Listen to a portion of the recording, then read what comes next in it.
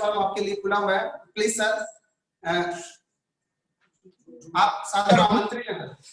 Hello hello, आप सुन रहे हैं मुझे? मेरी आवाज पहुंच रही है? यस सर, आपकी आवाज आ रही है सर। एकदम साफ सुन रहे हैं ना? जी जी। हेडफोन लगाने की जरूरत तो नहीं पड़ेगी? नहीं सर। ओके। नमस्कार मित्रों, देवियों और सज्जनों, मुझे इस कार्यक्रम के बारे में पूर्व में कोई विशेष जानकारी नहीं थी और आपके महाविद्यालय के कमलेश कुमार जी ने मेरे से टेलीफोनिक संपर्क किया था। मैं उनसे अधिक परिचित भी नहीं हूँ, तो बिना किसी औपचारिक संबोधन के इसमें बतौर रस्म ये कहूँ कि कॉलेज शिक्षा विभाग के अधिकारियों ने जो फैकल्टी डेवलपमेंट या रिफ्रेशर के लिए जो कोई प्रोग्राम बनाया है ज्ञान गंगा, निश्चित तौर पर कार्यक्रम प्रशंसनीय है और इस कार्यक्रम के इम्प्लीमेंटेशन की जिम्मेदारी सभी जिनको दी गई है उन कॉलेज की फैकल्टी और वहाँ के एडमिनिस्ट्रेशन को है। तो राजकीय महाविद्यालय बांदीकुई से मेरा बड़ा संबंध रहा है, क्योंकि जब भी मैं अपने गांव जाता हूँ तो बांदीकुई होके जाना पड़ता है। जब मैं विद्यार्थी था जयपुर में तो बांदीकुई मुझे बहुत याद आता था। मैं सोचता भी था कहीं बांदीकुई उतर के बांदीकुई को देखा जाए, लेकिन एक्चुअली कोई कुई है या ऐसी बात चलती है।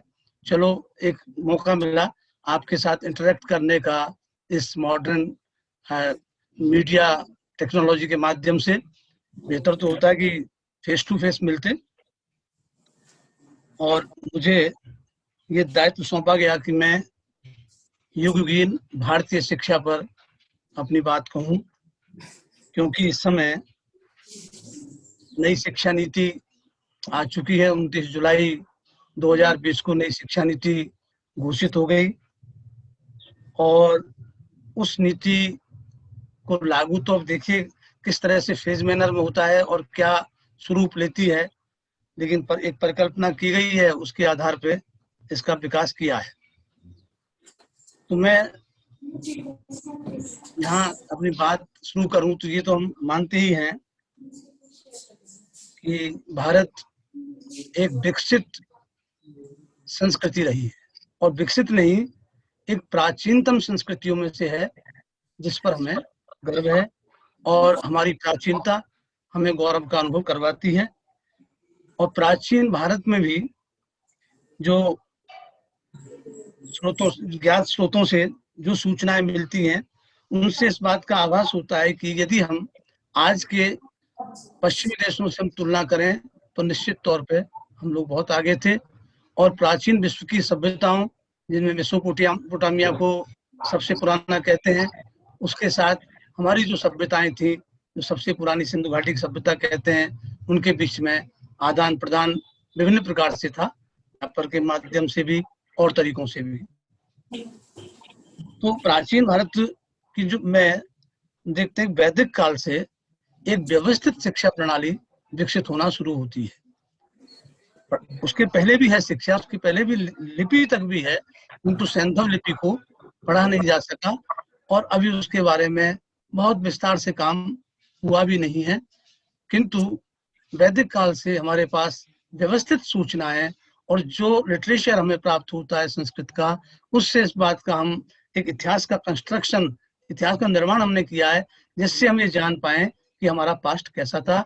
और उस पास्ट में हम पाते हैं कि प्राचीन भारत में भी एक विकसित शिक्षा व्यवस्था मौजूद थी, और वह शिक्षा व्यवस्था दोनों प्रकार से थी, जिसमें औपचारिक भी और अनौपचारिक भी। और जब से औपचारिक शिक्षा प्रभावी होने लगी है, अनौपचारिक शिक्षा कमजोर पड़ गई है। भाई प्रारंभिक तौर पर देखा जाए तो शिक्षा अनौपचारिक ही थी, शिक्षा कम्युनिटी का काम था, और म्यूचुअल एक्सपीरियंस से हम ज्ञान प्राप्त करते थे। और जो प्रकृति के साथ सीधा हमारा मानव का जो संघर्ष था, उसने प्रकृति से मानव ने बहुत सीखा, और निरंतर प्रकृति के साथ संघर्ष तो नहीं कहें, है तो वो सहयोगात्मक संघर्ष है, उसमें मानव ने प्रकृति को जो जो जाना, तो प्रकृति की परतें जब खुली तो ज्ञान की परतें खुलती रहीं और हम एक मुकाम पर पहुंचे। तो मैं और अधिक प्री हिस्टोरिक तो भूमिका क्या बनाए, क्योंकि भारत में प्री हिस्टोरिक जो कल्चर हैं वे भी काफी विकसित मानी गई हैं, और जो रॉक आर्ट पेंटिंग है या जो ये बनाए गए रॉक चित्र हैं, उन सब से हमारी सभ्यता की और भी ज्यादा प्राचीन होने का हमें आधार मिलता है। तो जो वैदिक काल हमको, जहाँ से मैं बात कर रहा हूँ सिस्टमेटिक की, वो सिस्टमेटिक इन अर्थों में है कि वेद का मतलब ही अपने आप में जानना होता है, और जानना ही ज्ञान की ओर ले जाता है, और वही हमारी शिक्षा व्यवस्था का माध्यम बनता है। तो वेदों की रचना भी अनेक वर्षों में हुई, सदियों में हुई, एक दिन में संपूर्ण रचनाएं नहीं हुई। उनकी शुरुआत हुई और जो जो नॉलेज हमको होती गई, हम उसको वेदों के रूप में संकलित करते गए, और एक बड़ी मजबूत वैदिक व्यवस्था लागू हुई। और वैदिक लिटरेचर से ही या वैदिक से ही जोड़कर हम जो उत्तर वैदिक काल है उसमें खास तौर पर जैसे हम देखते हैं, उपनिषदों का तो मतलब ही था, उपनिषद मतलब गुरु के समीप बैठकर शिक्षा प्राप्त करना, उपनिषद का मतलब यही है। और उपनिषदों में शिक्षा संस्थानों के बारे में भी जानकारी मिलती है, गुरु और शिष्यों के बारे में भी जानकारी मिलती है। तो वैदिक काल में शुरुआत हो चुकी है, किंतु उपनिषद काल में एक सिस्टमेटिक जो एजुकेशन सिस्टम है वो काम करने लगता है। और जो प्राचीन भारत को हम समग्रता में देखें, यदि हम उसमें, क्योंकि प्राचीन भारत तो एक टर्म है, उस प्राचीन भारत में कई सदियों का इतिहास है, कई कल्चर्स भी आई हैं, लेकिन वो कल्चरल जो हमारा जो सांस्कृतिक समन्वय का एक गुण है, जो भारतीय संस्कृति के गुण में गुण बताया जाता है कि सांस्कृतिक समन्वय, हमारे में समन्वय की प्रवृत्ति रही है। और जो भी जातियां, जनजातियां, गणजातियां, आक्रमणकारी जातियां, जो कुछ भी रेशियल जो आइडेंटिटीज थी जो इस देश में आई, उन सब के साथ समागम के साथ और हमारी एक ऐसी बहुलवादी संस्कृति की धारा बह निकली, जो धारा आज तक बह रही है। तो जो प्राचीन काल की हम बात करते हैं, तो उसमें खास तौर पर जो शिक्षा का स्वरूप है, जैसा मैंने आपको कहा, औपचारिक और अनौपचारिक दोनों रूप में है, किंतु उसमें हम ये पाते हैं प्राचीन भारत में कि एक मोड नहीं था एजुकेशन का, सिंगल मोड ऑफ एजुकेशन नहीं था, मल्टीपल जो है तौर तरीकों से शिक्षा दी जाती थी। शिक्षा खास तौर पर जैसे घरों पर दी जाती थी, तो घरों पे होता था कि जो टीचर है उसके घर पे ही शिक्षा देने की व्यवस्था थी।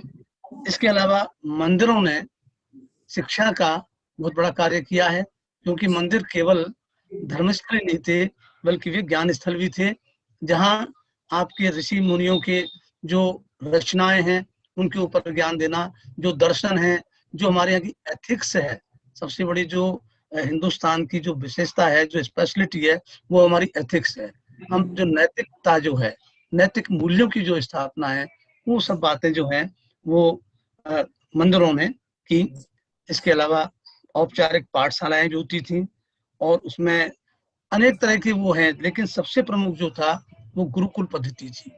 और गुरुकुल पद्धति की जो शुरुआत है वो वैदिक काल से हम लोग मानते हैं। और ये जो गुरुकुल थे, ये गुरुकुल ऐसा नहीं कि प्रारंभ से ही इनको कोई सरकारों ने जो भी राज्य व्यवस्था थी उन्होंने सेटल किया, बल्कि उनके बजाय उनको समाज ने बनाया।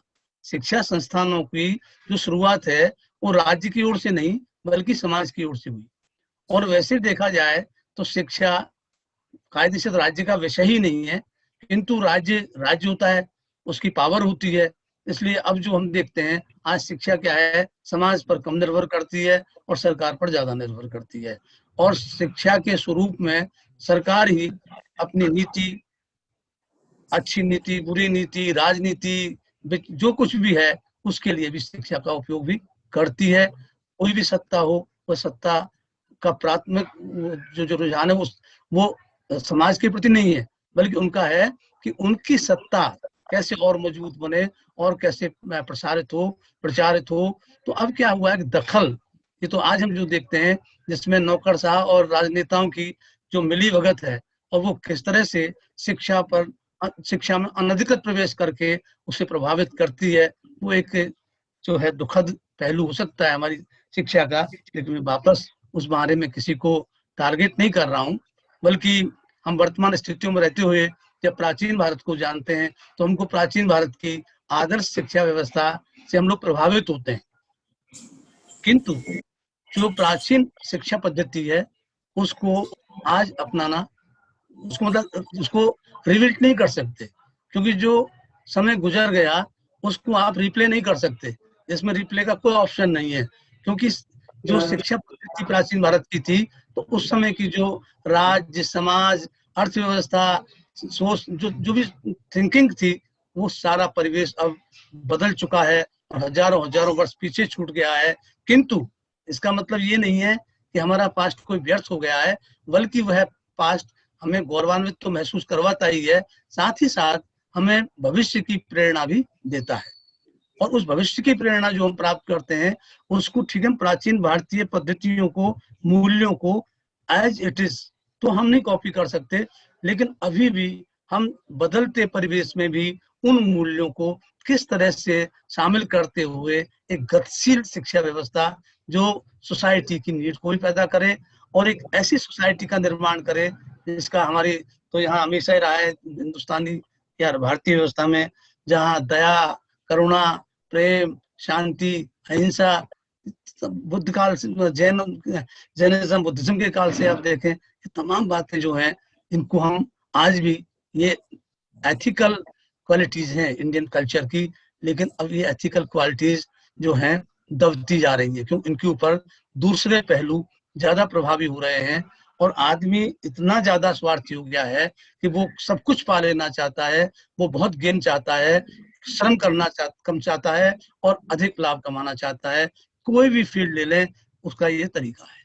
तो ये जो चीजें आई एक अलग होता है कि मूल्यहीनता बढ़ी, लेकिन जो मूल्यों की हम जब बात करते हैं तो गुरुकुल जो थे वे सबसे मजबूत थे और गुरुकुलों की परंपरा वैदिक काल से हुई और ये गुरुकुल की जो पद्धति है ये बाद में जो अन्य धर्म भी आए, जैसे जैनिज्म आया, बुद्धिज्म आया, इवन सिखिज्म भी आया मध्यकाल में जाकर के, उनके यहाँ भी वही परंपरा कि गुरुकुल होने चाहिए।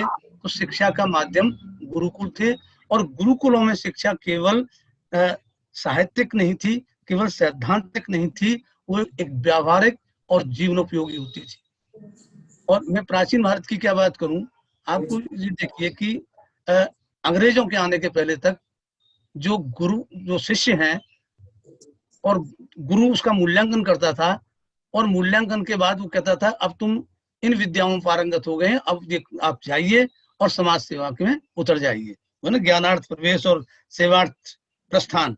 सो सेवार्थ प्रस्थान के लिए गुरु का आदेश हो जाता था।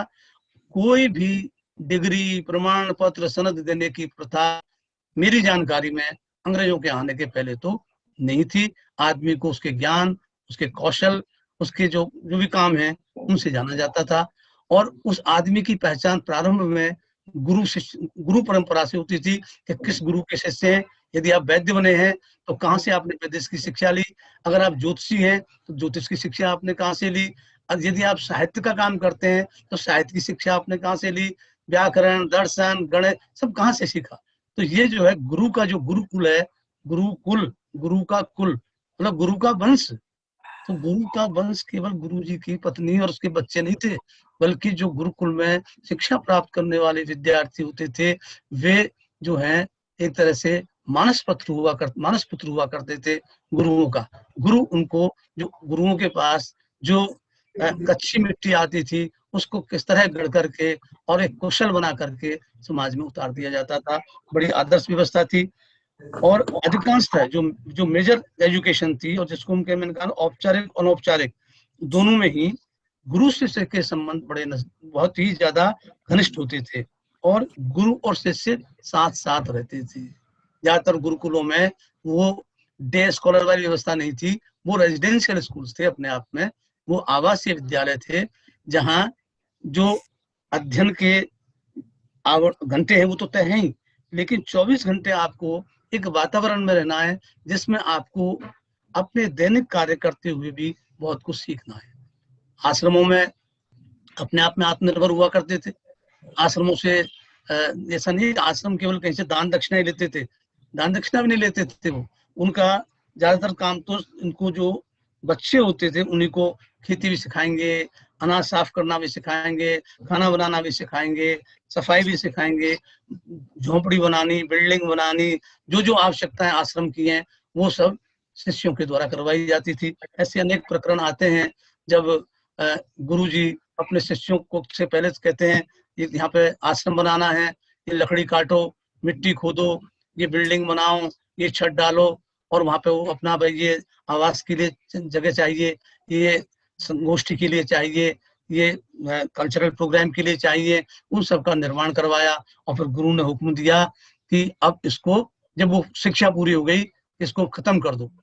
तो वो एक अलग बात थी, उसमें ये था सिंबॉलिकली कि भाई एक तरह मतलब प्रतीकात्मक था कि जो आश्रम है उस आश्रम से आपने शिक्षा ग्रहण कर ली, अब आने वाले लोग कैसे सीखेंगे, इसको खत्म कर दो, फिर हम उनसे आश्रम बनवाएंगे। तो वो सब काम सीखेगा। और उसमें आश्रमों की व्यवस्था ठीक है, उस समय कई प्रश्न उठते हैं कि शिक्षा सभी के लिए प्राचीन काल में सुलभ नहीं थी, किंतु जिनकी जरूरत थी उनके लिए शिक्षा अवश्य मौजूद थी। क्योंकि आप ये देखें जब वोकेशनल एजुकेशन की हम जब बात करते हैं तो वोकेशनल एजुकेशन वैसे तो कहीं आश्रमों में जो है जंगल से कंदमूल फल इकट्ठा करना भी उसमें शामिल था, खेती करना भी शामिल था। तो मतलब और प्रैक्टिकल ज्यादातर जो पढ़ाई है वो प्रैक्टिकली होती थी, व्यावहारिक ज्यादा होती थी। लेकिन जब मैं वोकेशनल की बात करता हूँ तो इन आश्रमों में लोहार का कार्य नहीं सिखाया जाता था, उसके लिए जो लोहार है उसका बच्चा उससे सीख लेता था, जो धातु का काम करने वाले हैं उनका बच्चा उनसे सीख लेता था। मिट्टी के बर्तन की कोई औपचारिक ट्रेनिंग नहीं थी, वो अनौपचारिक था कि जिस घर में मिट्टी के बर्तन बनाए जाते हैं उनके बच्चे उन कामों में कुशलता। बुनकर का काम है, इसके लिए भी आश्रम में पढ़ाई नहीं हो रही है। खेती का काम है, खेती के काम में फिर भी उनको कुछ प्रैक्टिकल नॉलेज दी जाती थी। खेती में ज्यादातर क्या है कि जो खेती करने वाले समुदाय थे उनके वंश परंपरा के हिसाब से खेती का कार्य, बच्चे हल चलाना, उसके फावड़ा चलाना, खुरपी चलाना, नराई करना, गुड़ाई करना, इसका फसल को जो है नर्सर, उसको फसल को वो पानी देना, खाद देना, और उसके बाद उसको पकने पर उसकी थ्रेसिंग करना, ये सारी व्यवस्थाएं प्रैक्टिकली सीख ली जाती थी। इसके लिए अलग से विद्यालयों की आवश्यकता प्राचीन काल में तो इतना नहीं थी। लेकिन वोकेशनल में अनेक चीजें, जैसे कलात्मक कार्य हैं, जैसे शिल्प कार्य है, ये बिल्कुल सिखाया जाता था। नृत्य भी है, संगीत भी है, मूर्ति कला भी है, चित्रकला भी है, ये सारे जो ट्रेड्स हैं ये भी सिखाए जाते थे। तो ये सब जो प्राचीन भारत है उसमें जो गुरुकुल परंपरा थी वो बड़ी शक्तिशाली थी। और आप आश्चर्य करेंगे, आप जो इतिहास जानते हैं कि यह गुरुकुल परंपरा भारत में अंग्रेजों के आने तक विद्यमान थी, और न केवल विद्यमान थी बल्कि वो बहुत प्रभावी रूप में कार्य भी कर रही थी। अंग्रेजों ने, अब उस पर मैं आगे बात करूंगा, लेकिन ब्रिटिश पीरियड में गुरुकुल पद्धति को पुनर्जीवित करने का प्रयास स्वामी दयानंद सरस्वती के द्वारा किया गया। उन्होंने आर्य समाज की स्थापना तो 1875 में की, लेकिन उसके पहले उन्होंने 1860 के बाद से देशाटन और वैदिक जो साहित्य है, वेद है, वेद का जो ज्ञान है, उसके प्रचार प्रसार का काम आरंभ कर दिया था। और वो संपूर्ण भारत में उन्होंने भ्रमण किया। तो उन्होंने जो है सत्यार्थ प्रकाश, यदि आप पढ़ेंगे तो सत्यार्थ प्रकाश के अध्याय 3 में वो पूरा की पूरा शिक्षा के ऊपर है। और स्वामी दयानंद सरस्वती ने वैदिक साहित्य के आधार पर एक ब्लूप्रिंट ऑफ इंडियन एजुकेशन तैयार किया, और उसमें गुरुकुल पद्धति को उन्होंने सबसे श्रेष्ठ माना, और उस गुरुकुल पद्धति को और अधिक विस्तार देने की बात उन्होंने की। और उनके प्रयासों से भारत के विभिन्न भागों में, खासतौर पर तो उन स्थानों पर जो तीर्थ स्थान थे या पहले शिक्षा के लिए जाने जाते थे, उन शिक्षा के स्थानों पर खासतौर पर इन्होंने हरिद्वार में, मथुरा में, बनारस में, इन जगह पटना तक इनके वैदिक विद्यालय उन्होंने कायम किए और उसके उन्होंने गुरुकुलों की स्थापना की। उनके पश्चात उनके शिष्य स्वामी श्रद्धानंद, जिन्होंने गुरुकुल कांगड़ी की स्थापना की थी, जो गुरुकुल कांगड़ी विश्वविद्यालय स्तर तक पहुंचा। तो एक एफर्ट उन्होंने किया, किंतु वह राष्ट्रीय शिक्षा का भाग नहीं बन पाई, क्योंकि स्वतंत्र भारत में, क्योंकि वैसे तो अंग्रेजों के जमाने में ही शिक्षा के साथ राजनीतिक हस्तक्षेप भारी शुरू हो चुका था, और वो हस्तक्षेप करने की जो सत्ता की आदत थी वह स्वतंत्र भारत में भी बरकरार रही, और शिक्षा शास्त्रियों को पीछे बिठा करके जो स्टीयरिंग है एजुकेशन की, वो नौकरशाह और राजनेता हाथ में लेते गए। और जब जब ऐसा हुआ तो वो शिक्षा विकसित हुई नहीं, क्योंकि शिक्षकों को जब तक आप उसमें फ्री हैंड नहीं देंगे, उनको ऑटोनॉमी नहीं देंगे, उनको कार्य की परिस्थितियां नहीं देंगे, वो आगे नहीं बढ़ेगा। तो मैं वापस उसी प्राचीन भारत पर आता हूँ कि प्राचीन भारत में जो गुरुकुल थे, तो आप ये देखें जो शिक्षक होते थे वे इतने सेल्फलेस होते थे, उनमें कोई स्वार्थ नहीं था, और वो कोई शुल्क जो है वसूल नहीं करते थे। लेकिन जैसे घरों पर चलने वाले विद्यालय, गांवों में चलने वाले विद्यालय, वे कम्युनिटी जो है, समुदाय हैं, उनके द्वारा ही पोषित होते थे। वे ही अपने जो कमाई का साधन है, जिस रूप में भी, वो आश्रमों को सपोर्ट करते थे। और प्राचीन भारत में राज्यों की ओर से भी शिक्षा को सपोर्ट आर्थिक और भौतिक रूप से, मतलब मटेरियल सपोर्ट दिया जाता रहा, लेकिन इंटेलेक्चुअल सपोर्ट कभी किसी शासक ने देने की कोशिश नहीं की। वो शिक्षकों ने खुद ही इजाद किया कि किस तरह से कौन सी चीज अनुकूल हो सकती है। तो जो गुरु लोग होते थे वो लालची नहीं थे, स्वार्थी नहीं थे। वो कभी शिष्य से ये आशा नहीं करते थे कि मैं इससे पैसे ले लूंगा, वो पैसे लेते ही नहीं थे। उनका ये था, जो गुरुकुल थे खास तौर पर, जब तुम्हारी शिक्षा पूर्ण होती है और जब सेवार्थ प्रस्थान करने का समय आता है, उस समय गुरु को गुरु दक्षिणा देने की प्रथा थी। और गुरु इतने उदार होते थे कि उन्हें कोई विशेष उनकी आवश्यकता नहीं होती थी। ज्यादातर गुरुओं का कहना तो यही था कि जो आपने यहाँ से प्राप्त किया है, इससे आम जन की भलाई के लिए, मानव मात्र की भलाई के लिए इसको आप आगे ले जाएं, इसका विस्तार करें, और आप जिस क्षेत्र में भी काम करना चाहें वहां जाकर आप काम करें। तो प्राचीन भारत के बारे में जो सबसे ज्यादा हमारे लिए गर्व की बात है, क्योंकि एक लेक्चर में सारी बात करनी है, तो यहाँ 4 विश्वविद्यालयों की बात होती है, जिसमें नालंदा, तक्षशिला, विक्रमशिला और वल्लभी, इन 4 विश्वविद्यालयों का नाम आता है। और इन विश्वविद्यालयों का उल्लेख अभी भी जो हाल ही जारी की गई शिक्षा नीति है, उसमें भी बड़ा प्राउडली उसको रिपोर्ट में भी रखा गया है। और ये कहा गया है कि ये जो विश्वविद्यालय थे, ये हमारे ज्ञान के उच्चतम विकास की जीती जागती तस्वीरें थी, और दुनिया भर के छात्र इनमें शिक्षा प्राप्त करने आते थे, और हमें इन विश्वविद्यालयों ने ही विश्व गुरु का दर्जा दिलाया था। अब विश्व गुरु का दर्जा तो खैर एक हमारी सोच है, अच्छी बात होनी चाहिए, लेकिन विश्व गुरु जैसी कोई चीज होती नहीं है, क्योंकि मानव जो है सब जगह धरती पर, सृष्टि पर जहाँ भी मानव है, उस मानव ने अपना जीवन अपने तरीके से जीना शुरू किया, और जैसा जैसा उनको प्रकृति के साथ उनका जो इंटरेक्शन हुआ, उस इंटरेक्शन में जिस तरह से उनको दिशाएं मिली, उस दिशा में वो बढ़ते गए। तो लेकिन इन 4 विश्वविद्यालयों की जब बात होती है तो हम एक बात भूल जाते हैं कि चारों ही विश्वविद्यालय असल में देखा जाए तो बुद्ध धर्म की देन है, जिसका जो सनातनी हिंदू परंपरा है उससे संबंध नहीं था, बल्कि एक स्थिति तो यह थी कि प्राचीन काल में बुद्धिस्टों के संस्थानों के प्रति सनातनियों का व्यवहार कोई बहुत अच्छा नहीं था, बल्कि में भी प्रतिद्वंदता दिखाई देती है।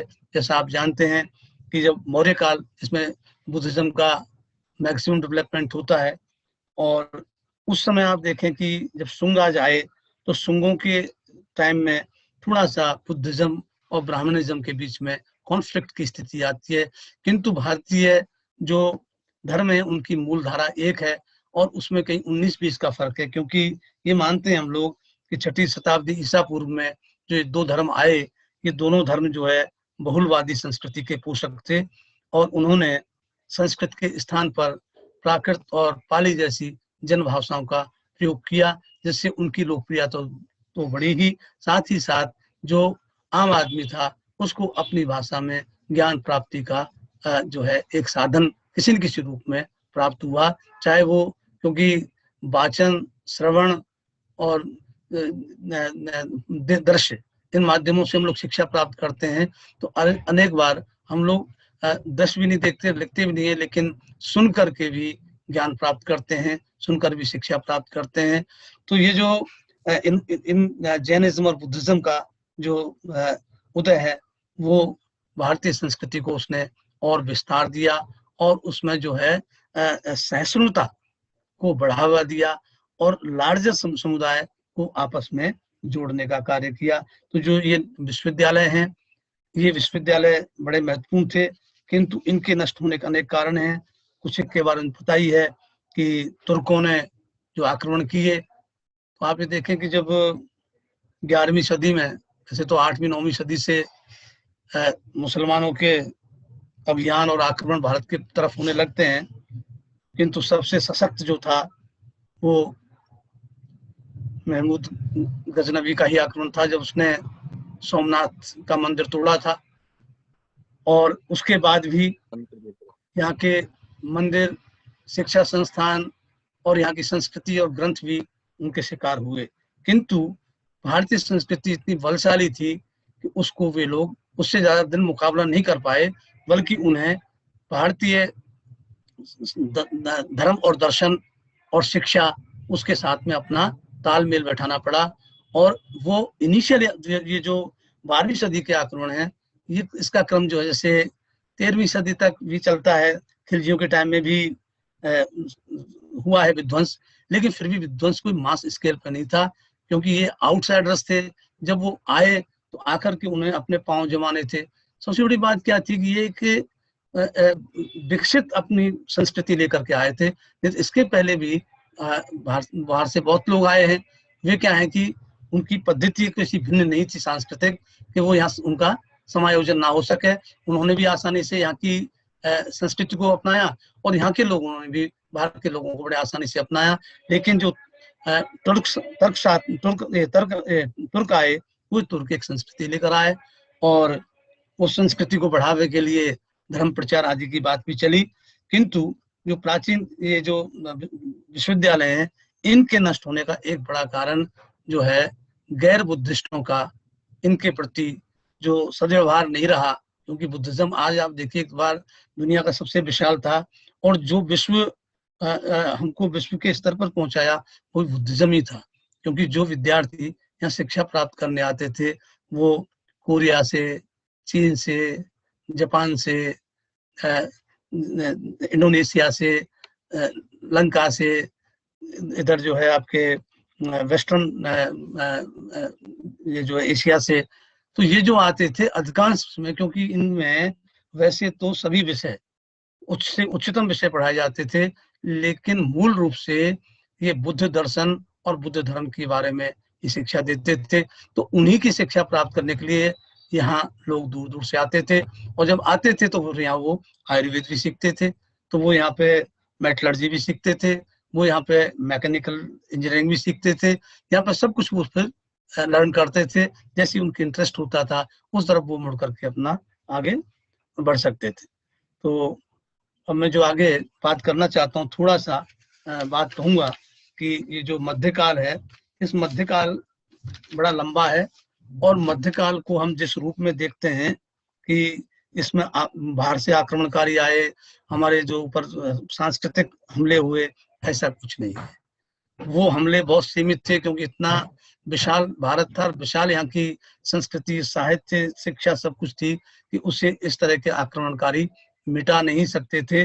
बल्कि उन्होंने, क्योंकि जो यहाँ के अपने भारत के जो राजा, सामंत और जमींदार थे, वे उनको थोड़ी मिटाया, उनको अपना सबऑर्डिनेट बनाया, उनको अपने मातहत बना लिया बस।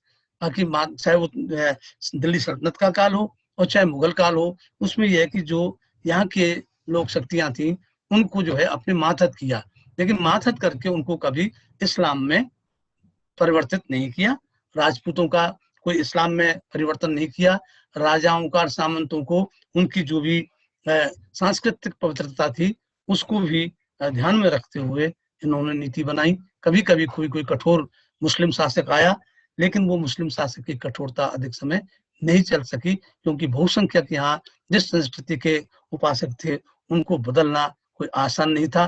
तो वो जब राज उनका था वो तब भी वो नहीं कर सकते थे।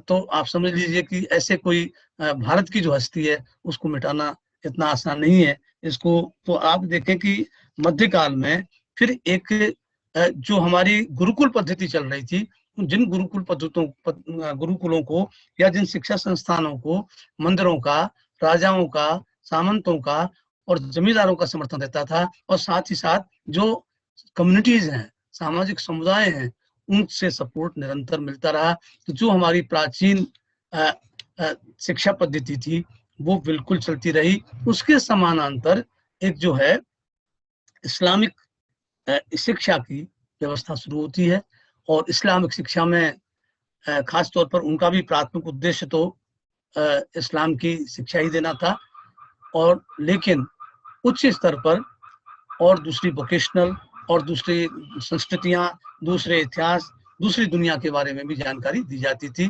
तो मुख्य रूप से दो तरह के संस्थान इस्लामिक इम्पैक्ट के अंतर्गत या इस्लामिक स्टेट के अंतर्गत जो यहाँ विकसित हुए, उनमें एक तो मकतब थे। तो मकतब जो है वो प्राइमरी और मिडिल लेवल तक की एजुकेशन के स्थान थे। मकतब आज भी हैं, और कई मकतब मस्जिदों के साथ भी जुड़े होते हैं।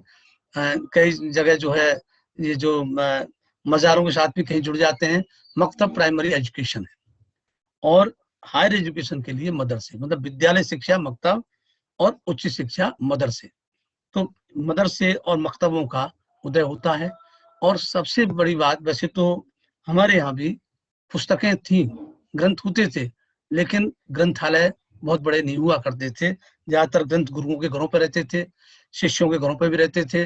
ग्रंथों की हाथ से कॉपी होती थी, प्रिंटिंग थी नहीं, तो वो कॉपी करके रख लेते थे। ज्यादातर तो ग्रंथों को लोग कंठस्थ कर लेते थे। तो औपचारिक जो पुस्तकालय व्यवस्था की शुरुआत होती है वो जरूर इस्लामिक संस्थानों के साथ आरंभ हुई।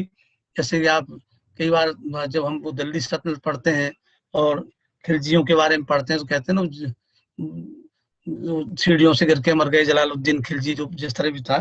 तो आप ये देखो कि जो पुस्तकालय हैं वो एक बड़ी बात है। दूसरा क्या हुआ है, इस सल्तनत काल में जो सूफिज्म आया, तो सूफिज्म और भक्ति मूवमेंट, इस समय जो भक्ति आंदोलन उपजा हिंदुस्तान का, वह अनूठा है। भक्ति आंदोलन में आप पढ़ेंगे कि भक्ति में दोनों है, निराकार भी है और साक्षात इसका मूर्ति पूजा का भी है, और निराकार ब्रह्म का भी है। तो निराकार जो ब्रह्म की बात है वो सबसे अधिक इस भक्ति काल में प्रखर रूप में सामने आती है। प्राचीन भारत में तुम धीरे धीरे धीरे मूर्ति पूजा की ओर जा रहे थे, लेकिन जो निराकार ब्रह्म की पूजा है वो भक्ति काल, जो हम ये मानते हैं कि जो ये भक्ति का कंसेप्ट लेके आए सूफी, उससे यहाँ पर ये संस्कृति विकसित हुई। और लोक देवता, जिसमें आपके दादू दयाल भी हैं, रामदेव जी हैं, तेजा जी हैं, गोगा जी हैं, बहुत नंबर ऑफ जो है लोक देवता हैं, लोक संत हैं। और उसी संत परंपरा में कबीर को भी हम संत मान रहे हैं, तुलसी को भी हम संत मान रहे हैं, सूरदास भी संत हैं। तो आप ये देखो कि इस समय सबसे बड़ी बात जो मध्यकाल की है, राइट फ्रॉम दिल्ली सल्तनत टू मुगल पीरियड, आप ये नई भाषा जो हिंदी भाषा है उसका उदय होता है। और शिक्षा का माध्यम संस्कृत गुरुकुलों में लगातार है, लेकिन संस्कृत विशिष्ट जनों की या पढ़े लिखे लोगों की या विद्वानों की और शिक्षा की भाषा थी।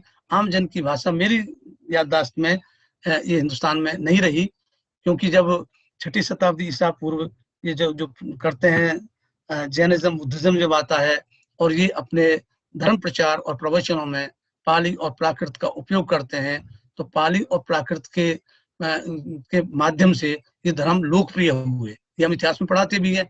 तो जनभाषा अलग ही थी। यही नहीं, आप प्राचीन भारत के संस्कृत ग्रंथों को भी देखें, जो नाटक खास तौर पर हैं, उन नाटकों में जो श्रेष्ठीजन हैं वो श्रेष्ठीजन सब जो हैं संस्कृत बोलते हैं, लेकिन जो नौकर हैं, जो आमजन हैं, जो ये मल्लाह है, मछुआरा है, शिकारी है, वो सारे लोग जो हैं वे वो प्राकृत का उपयोग करते हैं। तो आप भी देखिए कि वो भेद तो हमको संस्कृत साहित्य में वहाँ भी दिखाई देता है। तो यहाँ जो मैं बात कहना चाह रहा हूँ कि हमारी जो पद्धति थी संस्कृत वाली वो तो चलती रही, लेकिन ये जो हिंदी की एक प्रथा हिंदुस्तान की शुरू हुई, ये प्रथा का आरंभ हम मध्यकाल में मानते हैं। और हिंदी साहित्य का इतना विस्तार हुआ, आप देखें जब तुलसीदास जी ने रामचरितमानस लिखा तो उस समय बनारस में लिखा था उन्होंने। वहीं पंडितों ने उसका बहुत बड़ा विरोध किया और उन्होंने उनका बहिष्कार तक किया। और उन्होंने कहा कि ये कौन आदमी पैदा हो गया जो राम कथा को भ्रष्ट कर रहा है, क्योंकि राम कथा देववाणी में हो सकती है, वो लोकवाणी में नहीं हो सकती। तो देववाणी संस्कृत है, उसके बाहर कैसे जा रहा है। और आज स्थिति क्या है, रामायण के नाम पर जो पाठ होता है वो रामचरितमानस का पाठ होता है, माइक लगा करके पाठ होता है और हर जगह दृष्टांत जो है उस रामचरितमानस की दिए जाते हैं, जिसमें जिस समय रामचरितमानस की रचना हुई उस समय की समाज, राजनीति, देश और संस्कृति का जो हाल था उसके ऊपर ही वो बातें थी। तो अब मैं मध्यकाल में खास तौर पे ये हुआ कि एक मदरसे, मक्तब और पुस्तकालयों की शुरुआत होती है। शिक्षा का उद्देश्य प्रारंभिक तौर पर धर्म प्रचार और थियोलॉजी था, किंतु जब एडमिनिस्ट्रेशन में इनका उपयोग होने लगा तो जो हिंदुस्तान के गैर मुस्लिम लोग थे उन्होंने भी उन विद्याओं को सीखना आरंभ किया, क्योंकि उनको अगर राज के साथ काम करना है तो उन्हें वो विद्या सीखनी होगी।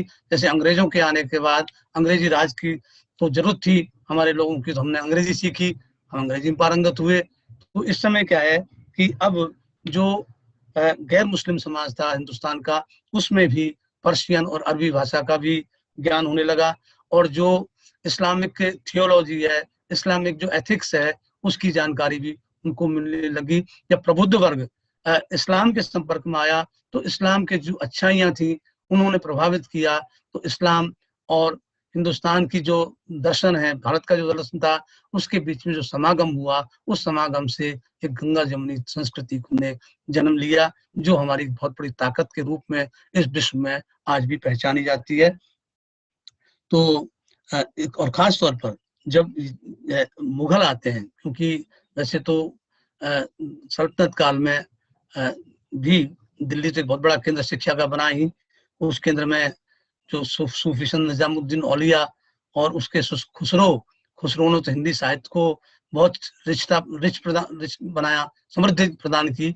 और जो खुसरो के जो आज भी रचनाएं हैं, वे रचनाएं हिंदुस्तान के लिए बहुत ही मतलब महत्वपूर्ण रचनाएं हैं और उनको लेकर भी हम लोग गौरवान्वित महसूस करते हैं। और उन्होंने दर्शन के जो और साहित्य को जोड़ करके जिस तरह से प्रस्तुत किया, तो मैं इसमें आपका समय ज्यादा अभी नहीं दूंगा क्योंकि ये थोड़ा इम्बैलेंस हो जाएगा। लेकिन बाबर और हुमायूं के टाइम में कुछ खास नहीं हुआ है, लेकिन ये जो अकबर के समय में है उस समय शिक्षा का विस्तार खूब हुआ। उस समय उन्होंने मदरसों की स्थापना, खासतौर पर तो दिल्ली नहीं, ये जो है फतेहपुर सीकरी, आगरा, ये जो है इधर ईस्टर्न इंडिया में जौनपुर, इन जगहों पर और भी कई जगह गुजरात की तरफ, वहां पे ये हुए। लेकिन वो खास तौर पर जो विषय थे जिसमें कृषि भी है, अकाउंटेंसी भी है, लेकिन सबसे बड़ी चीज है संगीत, चित्रकला, ये सारी कलाओं का विकास, ये सब अकबर के काल। अकबर ने ये समझो मुगल काल की जो शिक्षा नीति है, वो जो हमारी चली आ रही है संस्कृत, वो चल रहा है। उसके बाद तुर्कों ने जो व्यवस्था रखी है वो भी चल रही है, वो फिर मर्ज हो जाती है इन मुगलों की एजुकेशन और दर्शन सबके साथ में। लेकिन जो अधिक काम सोच समझ के हुआ वो अकबर के काल में हुआ। उसके बाद उन्हीं आधारों पर जो है जहांगीर, शाहजहां, औरंगजेब, ये चलते रहे और शिक्षा का अपना तरह से विस्तार होता रहा। अब मैं बात करता हूँ, शायद मॉडर्न इंडिया की बात थोड़ी बहुत कर पाऊंगा, जो समय का में समझ में आ रही है मुझे बात। तो आप ये देखें कि वो एक शिक्षा पद्धति थी, लेकिन जब अंग्रेज आए तो अंग्रेजों की परंपरागत शिक्षा पद्धति के साथ कोई सहानुभूति नहीं थी, इसलिए उन्होंने इसको जो समर्थन देना चाहिए था वो समर्थन उनसे नहीं मिला। किंतु अप्रत्यक्ष रूप से आप देखें कि एक नए युग की शुरुआत हम मानते हैं।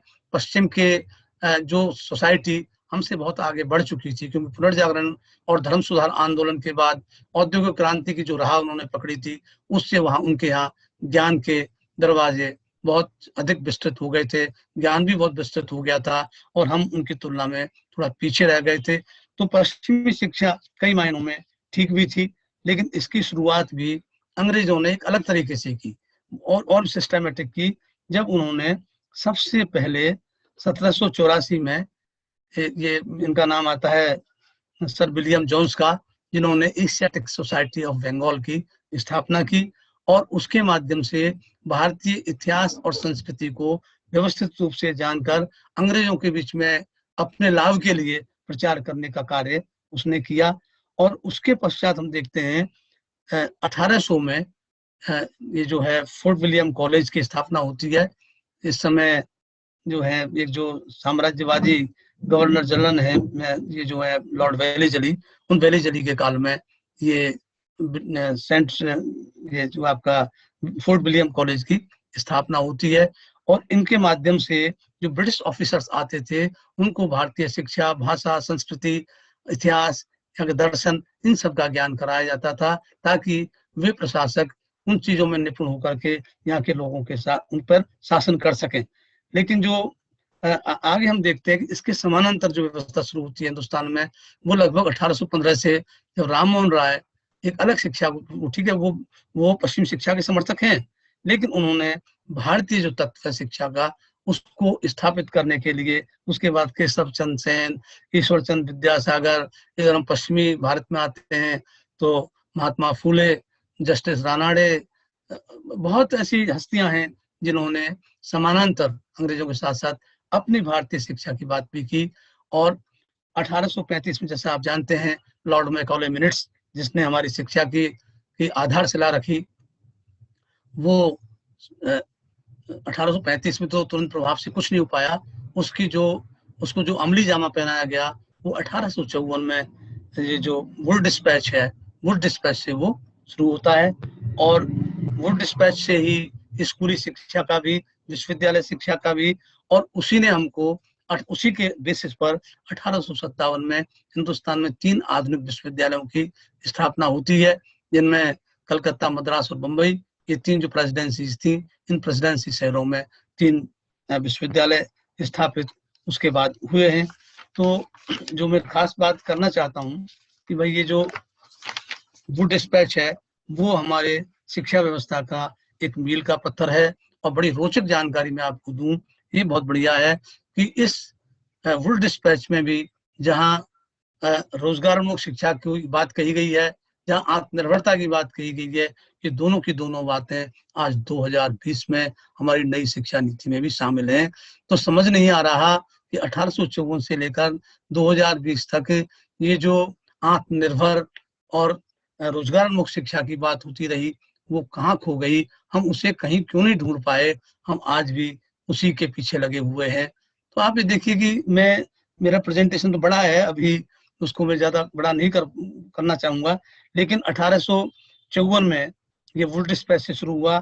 उसके बाद 1882 में हंटर कमीशन आया। हंटर कमीशन ने शिक्षा की जो प्रगति थी उसका रिव्यू किया, और रिव्यू करके आगे का मार्ग प्रशस्त किया। तो आप ये देखें कि ब्रिटिश पीरियड में भी प्रयास निरंतर होते रहे, और इन प्रयासों में आप देखें कि जो 1904 का विश्वविद्यालय अधिनियम है, वो एक ऐसा कुत्सित प्रयास था कि उसके आड़ में जो भारतीय शिक्षा की स्वायत्तता जिस रूप में भी थी, उसको भी समाप्त करने के लिए ये जो है विश्वविद्यालय अधिनियम पारित किया गया, जिसमें सेनेट और सिंडिकेट जो गवर्निंग बॉडीज होती थी विश्वविद्यालय की, उनमें भारतीयों के का प्रतिनिधित्व कम करते हुए और सरकारी जो हस्तक्षेप है उसको बढ़ाने का प्रयास लॉर्ड कर्जन ने किया। लॉर्ड कर्जन अपनी शिक्षा की प्रगति और साहित्यिक तमाम के बारे में जाना जाता है, लेकिन साथ ही साथ वो एक कठोर शासक के रूप में भी जाना जाता है, और शासन की कठोरता यदि शिक्षा में लागू होगी तो शिक्षा बर्बाद होगी। तो शिक्षा को समर्थन कर सहयोग करना चाहिए सरकार को हस्तक्षेप नहीं करना चाहिए। लेकिन सरकारें पॉजिटिव होती हैं, सरकार क्या होती है, 2 ही होती है सरकार, राजनेता और नौकरशाह। और जहाँ इनकी मंडली बन गई वहाँ शिक्षक तो अपेक्षित होना ही है। तो अब मैं इस पे फिर मैं बात दूसरी कर रहा हूँ आगे कि निरंतर फिर 1917 में सैडलर आयोग आया। सैडलर आयोग ने आगे जो है शिक्षा की नीति बनाई। उसके बाद देखते हैं कि 1929 में एक हार्टोग कमेटी आई है, इन्होंने इसको आगे बढ़ाया। लेकिन आजादी के समय, जब हम आजादी के पहले, सॉरी उस समय नहीं, जब गांधी जी के नेतृत्व में स्वतंत्रता आंदोलन चल रहा था, तो गांधी जी ने 1909 में ही जो उन्होंने हिंद स्वराज पुस्तक लिखी, उस हिंद स्वराज में भारतीय शिक्षा के स्वरूप पर भी बात की है। उसे आप कभी अवसर मिला जरूर पढ़ें। और बाद में गांधी जी ने 1937 में बुनियादी शिक्षा या नई तालीम, इसकी उन्होंने व्यवस्था की। बुनियादी शिक्षा आज भी हमारे यहाँ लागू हो सकती है, किंतु हम उसको पूरी तरह आजादी के बाद लागू नहीं कर पाए। वो टुकड़े टुकड़ों में हुई, किंतु वो मुख्य धारा की शिक्षा नहीं बन पाई। तो गांधी जी ने जो एक योजना दी थी, जिसको बर्धा योजना के नाम से भी जानते हैं, इस बर्धा योजना में भारतीय शिक्षा के एक नए आधार देने थे, किंतु हुक्मरानों ने उस समय इसको उस तरीके से लागू नहीं किया। तो 1948 का जो राधाकृष्णन कमीशन है, ये आया, और इस राधाकृष्णन जी की जो शिक्षा नीति थी, उन्होंने विश्वविद्यालय शिक्षा और उच्च शिक्षा पर ही अधिक विचार किया, और उन्होंने ये उचित माना। हाँ, मैं एक दूसरी बात और कहना चाहूंगा, समय मेरा हो रहा है और मैं अधिक समय आपको नहीं लूंगा, कि आप ये देखें कि अभी जो नई शिक्षा नीति आई है, उसमें प्राइमरी एजुकेशन मातृभाषा में देने की बात कही गई है। वो भी फिर थोपी नहीं गई है, उसमें फ्रीडम दी गई है, लोग अंग्रेजी मीडियम में हो सकते हैं।